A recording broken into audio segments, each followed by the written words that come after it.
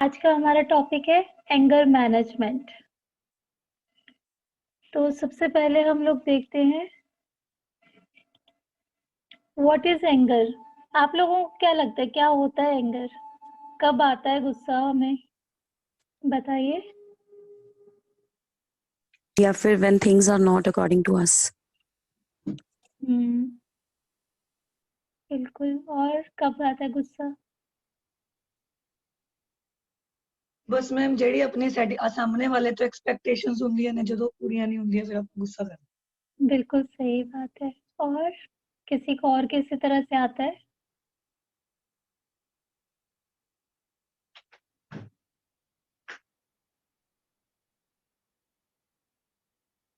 तो बेसिकली क्या हुआ कि जब भी चीजें हमारे अकॉर्डिंग नहीं होती या तो हमारी एक्सपेक्टेशंस फुलफिल नहीं होती, जैसा हमने सोचा वैसा नहीं होता, तो हमें गुस्सा आ जाता है। ठीक है, so this is what basically anger is. ठीक है, लेकिन अब हम एक चीज देखें। देखो अब क्या होता है बेसिकली हर टाइम मान लो आप आपके हस्बैंड ने आके आपको गुस्सा किया, फिर आप अपने बच्चे पे निकालते हो, बच्चा वापस से टेंट्रम्स थ्रो करता है, वो वापस से आप तक आती है सब चीजें घूमकर। So basically what we give to universe comes back to us. जब भी हम लोग कोई ऐसा क्रिएट करते हैं वाइब्रेशंस एंगर की, that definitely comes back to us. Universe में अगर हम कुछ भी डिस्टरबेंस क्रिएट करेंगे तो वो हम तक वापस उसका रिपल इफेक्ट आएगा जरूर, और कई बार मैनीफोल्ड होकर भी आएगा। सो इजंट इट गुड कि हम लोग यूनिवर्स में लव ही भेजें? So love will come back to us, है ना? राइट। अब देखो क्या होता है जब हमें गुस्सा आता है तो हम लोग क्या करते हैं?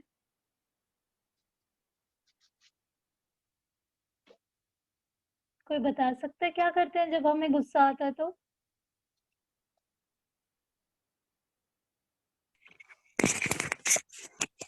अपना पॉइंट ऑफ व्यू रखते हैं दूसरे के सामने ना, जिसके साथ हमें एंगर होता है। हाँ जी।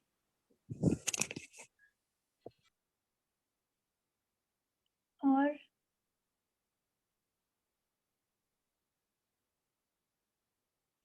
जब हमें गुस्सा आता है बेसिकली दो चीजें होती है, या तो हम अपना गुस्सा दबा जाते हैं, उसको सप्रेस कर देते हैं, या फिर एक्सप्रेस कर देते हैं किसी भी तरीके से। कई बार बहुत वायलेंट तरीके से भी एक्सप्रेस होता है, कभी नॉर्मल होता है, कभी लाउड वॉइसेस में होता है ना?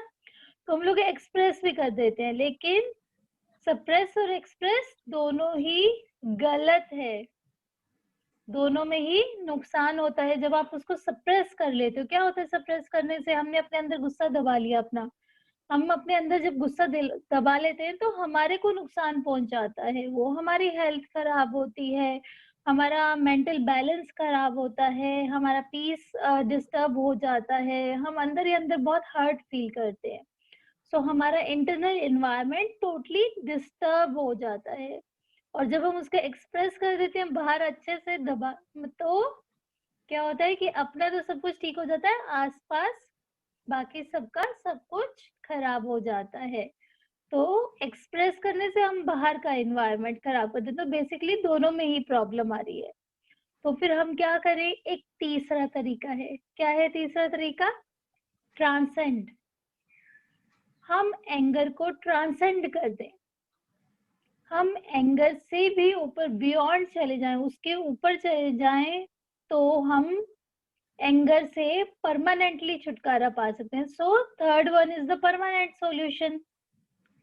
ठीक है, कि हमें एंगर आएगा ही नहीं, हमारे लिए एंगर की कोई वैल्यू ही नहीं है। But basically that doesn't happen in life. होता ही नहीं है ऐसा। हमसे कर पाते हैं क्या हमेशा की ट्रांसेंड कर जाएं एंगर को?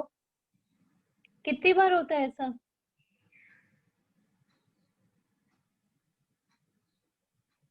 कितनी बार हम लोग एंगर को ट्रांसेंड कर पाते हैं? पूरे ट्रांसेंड का मतलब की है मैम?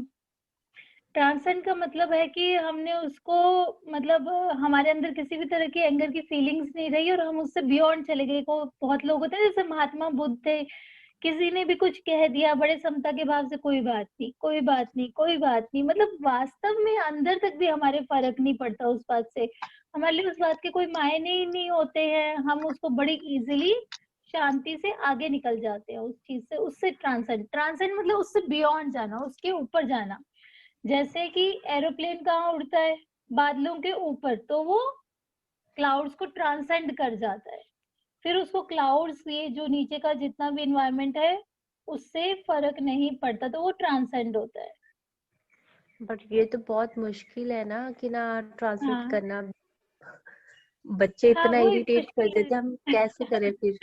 सही बात है, मदर्स के लिए तो सबसे मुश्किल है है ना?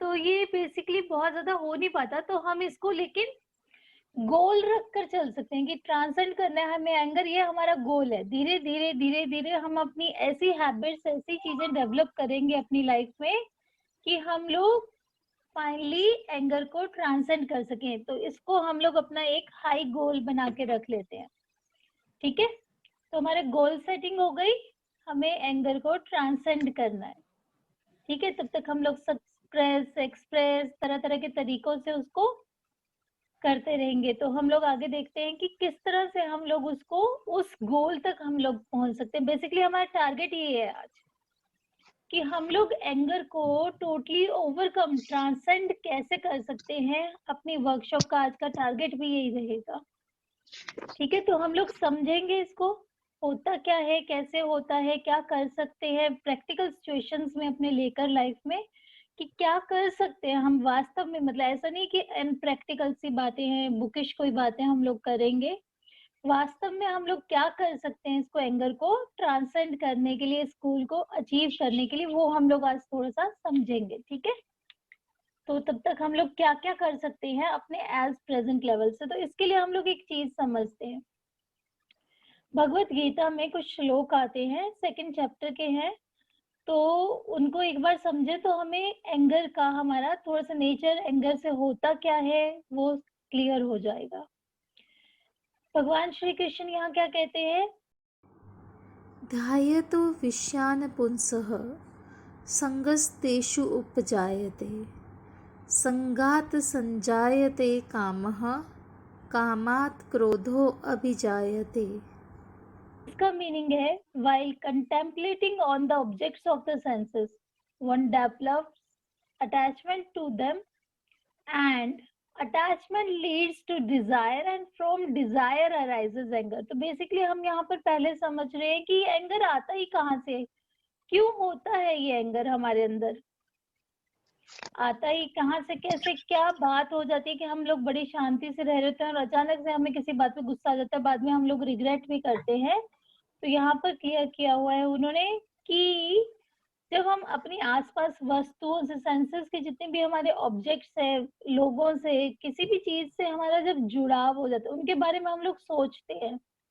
कंटेम्पलेट मतलब किसी चीज के बारे में हम सोच रहे हैं, उसको जब हम बार बार सोचते हैं, तो what happens, one develops attachment to them. तो उसके साथ हमारी अटैचमेंट डेवलप हो जाती है, और वो अटैचमेंट फिर हमारी डिजायर बन जाती है कि ये मुझे चाहिए ही चाहिए, वो हमारी डिजायर बन जाता है। और जब हमें चाहिए ही चाहिए और वो हमें नहीं मिल पाता है, या हमारी एक्सपेक्टेशंस, जैसी हमने एक्सपेक्टेशन लगाई थी वो नहीं हो पाती है, तो हमें गुस्सा आता है ना? बेसिकली यही होता है ना। जैसे कि कोई भी हमें, जैसे कोई भी क्लास में एक लड़के को एक लड़की दिखी, उसको बहुत अच्छी लगी, वो बार बार उसके बारे में सोचता रहा, तो धीरे धीरे क्या होगा, उसको उससे अटैचमेंट हो जाएगी। फिर वो अटैचमेंट हो जाएगी तो वो कहेगा कि हाँ, ये काश मेरी लाइफ में आ जाए। अब जब वो उसकी लाइफ में नहीं आ पाती है या उसको नहीं पा पाता है, देन अराइजेस एंगर, ठीक है? तो ऐसा ही होता है बेसिकली, हमें कोई भी चीज के बारे में हम बार बार सोचते रहते हैं, हम अपना एक विचार बनाते हैं कि हमें ये चीज ऐसे चाहिए। एक्सपेक्टेशन क्या है? वी हैव अ माइंडसेट कि ये चीज हमें ऐसे चाहिए। एक्सपेक्टेशन वही है ना कि एक माइंडसेट है कि ये चीज हमें ऐसा चाहिए, हम उसके बारे में बार बार सोचते हैं कि ऐसे ही होना चाहिए, ऐसे ही होना चाहिए, ऐसे ही होना चाहिए। तो क्या होता है कि हमारा जुड़ाव हो जाता है उस विचार से, उस एक्सपेक्टेशन से कि ये हमें ऐसे ही चाहिए थी, ये चीज हमारे हस्बैंड है, मेल काउंटर पार्ट्स के लिए लाइक वाइफ्स हैं, है ना, बच्चे हैं घर में, हम लोग बार बार सोचते हैं उनके बारे में, फिर हमें लगता है इनके साथ हमारा रिलेशनशिप ऐसा होना चाहिए। जब वो रिलेशनशिप ऐसा होना चाहिए तो हमारी उससे, उस विचार से अटैचमेंट हो जाती है कि हाँ ऐसा ही होना चाहिए, ये हम अटैच हो गए। अब उसके बाद अटैचमेंट के बाद हमारे मन में इच्छा होती है कि हाँ जी ये इसी तरह से फलीभूत हो कि मेरे हस्बैंड मुझे ऐसे ही प्यार करें, ये मेरी हर बात माने, मेरे बच्चे मेरी हर बात माने, या हस्बैंड है तो उसको लगेगा कि वाइफ मेरी हर बात मान के चले, मेरे बारे में ही सोचे, मेरे बारे में ही बात करे, दिन भर मेरा इंतजार करे, है ना। तो इस तरह की एक वो उनके मन में डिजायर आ जाती है, और जब वो डिजायर फुलफिल नहीं होती तब हमें गुस्सा आता है। अब गुस्सा आता है तो क्या होता है, पहली बार हम लोग उसको सप्रेस कर जाते हैं, सेकंड टाइम फिर कभी हम लोग कहीं पर सप्रेस कर जाते हैं, थर्ड टाइम जाकर, फोर्थ टाइम जाके फिर उसको हम लोग वो एक्यूमुलेट जो हुआ होता है सारा उसको एक्सप्रेस कर देता है and it blast out. Basically यही होता है ना लाइफ में। ठीक है, अब देखते हैं कि आगे अगर ये सब होता है, जैसे हमने समझ लिया कि एंगर आता ही क्यों है, जब हम इसकी नेचर समझ जाएंगे तो बहुत बार ऐसा हो सकेगा कि हम अपने आप को इन चीजों से रोक भी पाए। ठीक है, तो अब इसके बाद होता क्या है हमें जब गुस्सा आ जाता है तो बेसिकली उस गुस्से से होता क्या है, क्रोधाद उद्भवती सम्मोह, सम्मोहात समृति विभ्रमा, समृति भ्रंशाद बुद्धिनाशो, बुद्धिनाशात परनश्यति। इसका मीनिंग क्या है, anger leads to the clouding of judgement which results in bewilderment of the memory. When the memory is bewildered, the intellect gets destroyed, and when the intellect is destroyed, one is ruined. ठीक है, तो जब किसी को गुस्सा आता है तो उस गुस्से से क्या होता है, सम्मोह, सम्मोह क्या होता है, इल्यूजन, हमारी जो जजमेंट है, हमारी सोचने समझने की जो शक्ति है वो क्लाउडेड हो जाती है, कुछ हमें क्लियरली नजर नहीं आता है। होता है ना बेसिकली जब भी गुस्सा आता है तो हमें कुछ भी समझ नहीं आता है, which results in bewilderment of the memory, जिससे हमारे मेमोरी में भी तरह तरह के चेंजेस आते हैं, हम लोग कुछ भी उसको ढंग से क्लियरली याद नहीं कर पाते कि इस सिचुएशन में हमें क्या करना चाहिए। और जब ऐसा हो जाता है तो हमारा इंटेलेक्ट, हमारी सोचने समझने की टोटल शक्ति जो है, इंटेलेक्ट गेट्स डिस्ट्रॉयड। एंड जब ऐसा होता है तो कुछ ना कुछ बड़ी मैसी सी, बड़ी होच-पोच सी, बहुत ही अनवांटेड सिचुएशन पैदा हो जाती है एंड वहां पर सब कुछ खराब हो जाता है ना। बेसिकली एंगर के कारण हर चीज खराब हो जाती है, क्योंकि हम सही से सोच समझ नहीं पाते हैं, हम सही डिसीजंस नहीं ले पाते हैं, हम लोग सही एक्शन नहीं कर पाते हैं। तो हमें ये याद रखना पड़ता है, याद रखना होगा कि एंगर के कारण क्या-क्या होता है। ठीक है, तो एंगर के कारण क्या-क्या होता है, जब हम ये याद रखेंगे तो बहुत बार होगा कि हम एंगर करने से, गुस्सा होने को अवॉइड करेंगे, कि इसके कारण हमारा इतना नुकसान हो सकता है, हमारी बुद्धि ही खराब हो जाएगी, हमारी सोचने समझने की शक्ति ही खराब हो जाएगी, हम लोग सही एक्शन नहीं लेंगे, हमारे रिलेशनशिप्स खराब हो जाएंगे। तो इसके लिए अच्छा है कि हम लोग गुस्सा नहीं करें। आगे हम देखेंगे कैसे हम लोग इन चीज़ों को कंट्रोल कर सकते हैं, एक बार हम जस्ट समझ रहे हैं।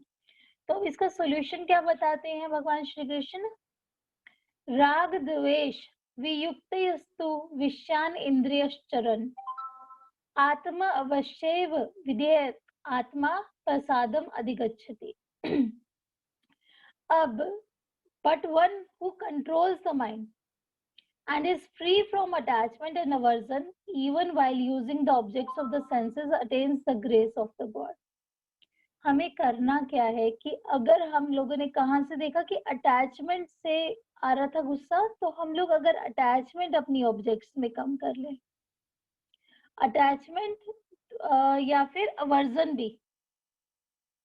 अवर्जन क्या हुआ कि किसी चीज को नहीं चाहिए, हमारे को दो तरह की हमारी इच्छाएं होती है, या तो हमें चाहिए या नहीं चाहिए।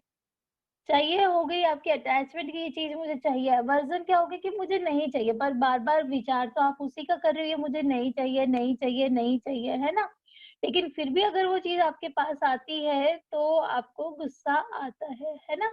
ऐसा होता है जब नहीं चाहिए में भी कोई चीज़ वो आप तक आ जाए, कोई इंसान से आप बात नहीं करना चाहते, वो आपके पास आ रहा है बार-बार, कोई चीज़ है कि आप चाहते हो ये आपके पास तक नहीं पहुँचे, फिर वो आ रही है बार-बार, तब आपको इरिटेशन होती है, गुस्सा आता है, ठीक है? तो एवर्जन भी अटैचमेंट का ही एक नेगेटिव रूप है। एवर्जन मतलब क्या हुआ कि नहीं चाहिए, ठीक है? उसको अवॉइड करना, उसको सप्रेस कर देना कि ये नहीं चाहिए, ठीक है? तो वो जो इंसान अपने माइंड को कंट्रोल कर लेता है और हर तरह के अटैचमेंट अवर्जन से फ्री है, जब हम इस वर्ल्ड में सब चीज़ों के साथ डील कर रहे हैं, तो उसको भगवान की ग्रेस मिलती है। वो बहुत ही पीसफुल और बहुत ही हैप्पी लाइफ जीता है। सो बेसिकली एक हम लोग समझ रहे हैं कि हमें किसी भी चीज़ से अटैच नहीं होना चाहिए। हमें चीज़ें, लोग जो भी हमारे आस-पास हैं, सबके साथ रहना है, हमें उनके साथ डील करना है, उनके साथ इंटरैक्ट करना है, बट किसी के साथ भी इतना अटैच नहीं होना है कि उसकी वजह से हमें तकलीफ हो, हमारा माइंड इतना खराब हो जाए कि हम उसके होने या ना होने से हमारे को बहुत ज़्यादा फ़र्क पड़ना शुरू हो जाए। हम लोग हर टाइम इरिटेट रहना शुरू कर दें, गुस्सा होना शुरू कर दें, तो वैसी अटैचमेंट हमें नहीं रखनी है। जब हम इस अटैचमेंट से फ्री हो जाएँगे, तो हमें एंगर भी नहीं आएगा। लेकिन अब ये होगा कैसे वो हम आगे देखते हैं।